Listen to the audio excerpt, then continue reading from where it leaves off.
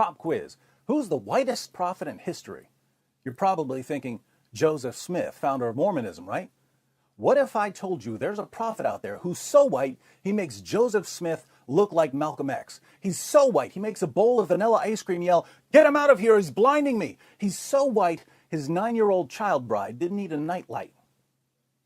What if I also told you that this pale, pasty white prophet had black slaves and referred to Ethiopians as raisin heads? Would you call him a racist? Or would you give him yet another free pass because our expectations automatically drop to the floor whenever we discuss the Prophet of Islam?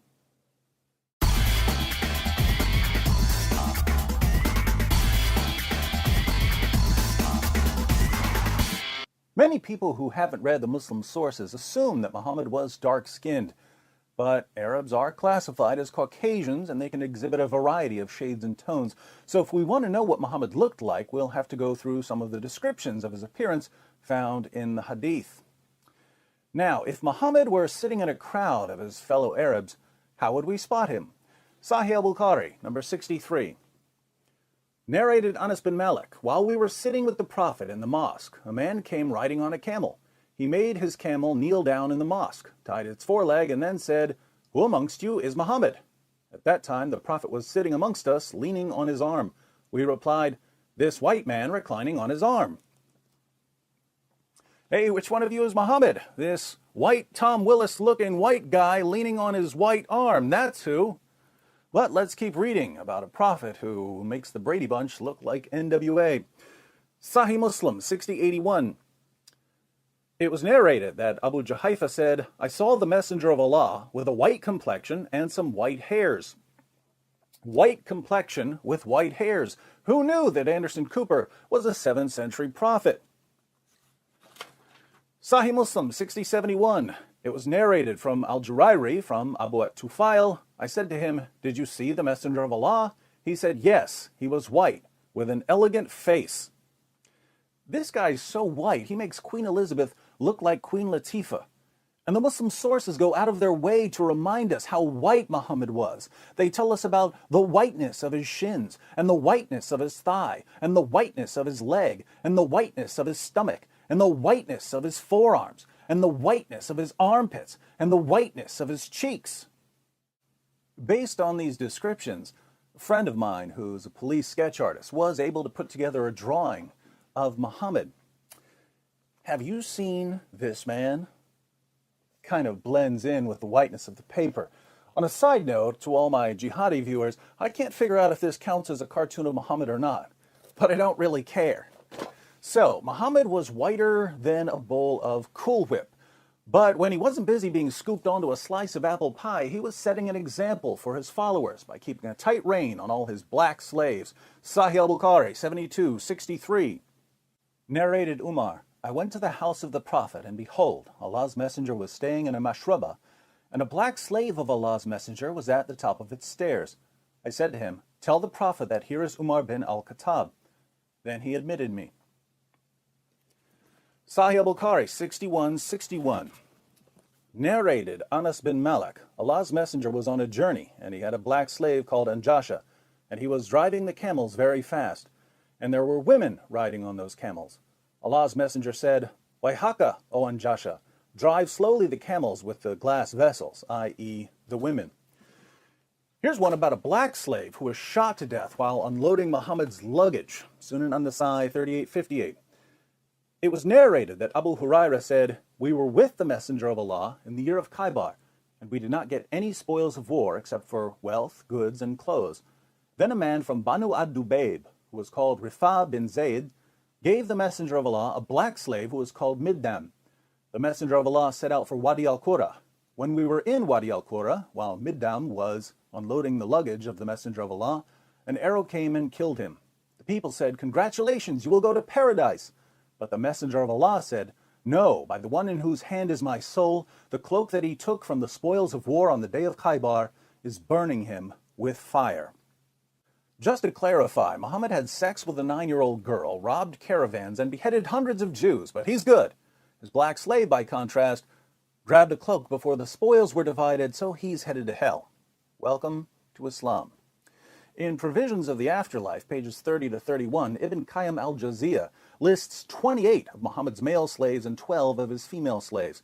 Some of these slaves were black, some were not. Muhammad renamed one of his black slaves Safina, which means ship. He called his slave Ship because he would load up the slave like a ship and make him carry everything. Muhammad apparently thought that black slaves were worth less than Arab slaves, since he once traded 2 of his black slaves for an Arab slave he wanted to set free because the Arab slave had converted to Islam. We know that Muhammad had sex with his female slaves because he eventually got one of them pregnant.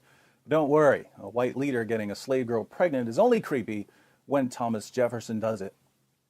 Speaking of leaders, mindlessly obeying Muslim leaders was so important to Muhammad that when he wanted to emphasize obedience, he told his followers that they had to obey even the worst leader imaginable. We find Muhammad's worst case scenario in Sahih al-Bukhari 7142.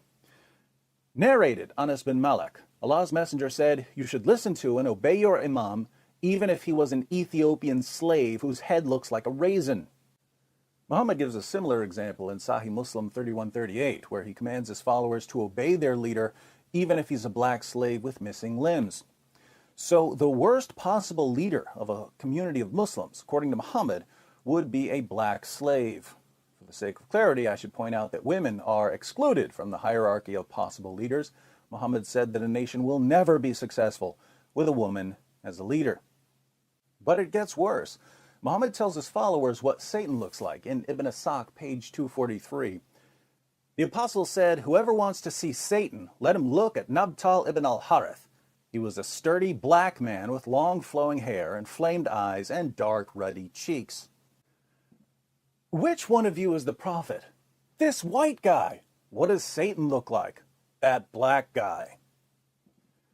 Now, how did a religion that was inaugurated by a white prophet who had black slaves and referred to Ethiopians as raisin heads and said that Satan looks like a black man ever get the reputation it has among African American Muslims today? Well, here in the West, there's a general atmosphere of ignorance about Islam. People don't know even the most basic facts about Muhammad and the Quran, and this allows Muslim preachers to say whatever they want about Islam because no one's going to correct them.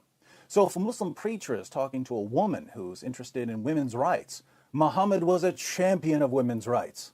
If he's talking to someone who has a high regard for science, the Quran is a scientific masterpiece filled with miraculous scientific insights that were only verified centuries later. If he's talking to someone who's concerned about racial justice, Islam is the religion that liberates slaves and establishes racial equality. Absolute nonsense, but people convert to Islam because they believe what they're told and don't bother reading the Muslim sources to see if the preacher's story checks out. Now, to those of you who've bought this mess, to those of you who believed the Muslim preacher when he said, "Hey, if you really want to stick it to whitey, you need to convert to Islam," the religion of a white man who bought, sold, and traded African slaves and whose followers institutionalized black African slavery centuries before Europeans joined in and who continue enslaving black Africans even today. If you fell for this, I say, and I say it again, you've been had. You've been took. You've been hoodwinked, bamboozled, led astray, run amok. This is what these white prophets with black slaves do. But now that you've seen what the Muslim sources say, now that you know you've been deceived, you have a choice. You can either leave Islam or you can continue serving a man whose descriptions in your most trusted sources make him completely indistinguishable from the Pillsbury Doughboy and whose teachings legitimized race-based slavery for 14 centuries. Just remember that if you continue honoring a slave trader who's about as dark as the cream filling of a Twinkie and who had black slaves and called Ethiopians raisin heads and said that Satan looks like a black man, you're not a freedom fighter or a social justice warrior or a champion of civil rights. You are the ultimate Uncle Tom. And in case you'd like to know how seriously they take Muhammad's whiteness in the Muslim world, I'll leave you with a quotation from Ash-Shifa, one of Islam's most popular and respected books on Muhammad's life and teachings.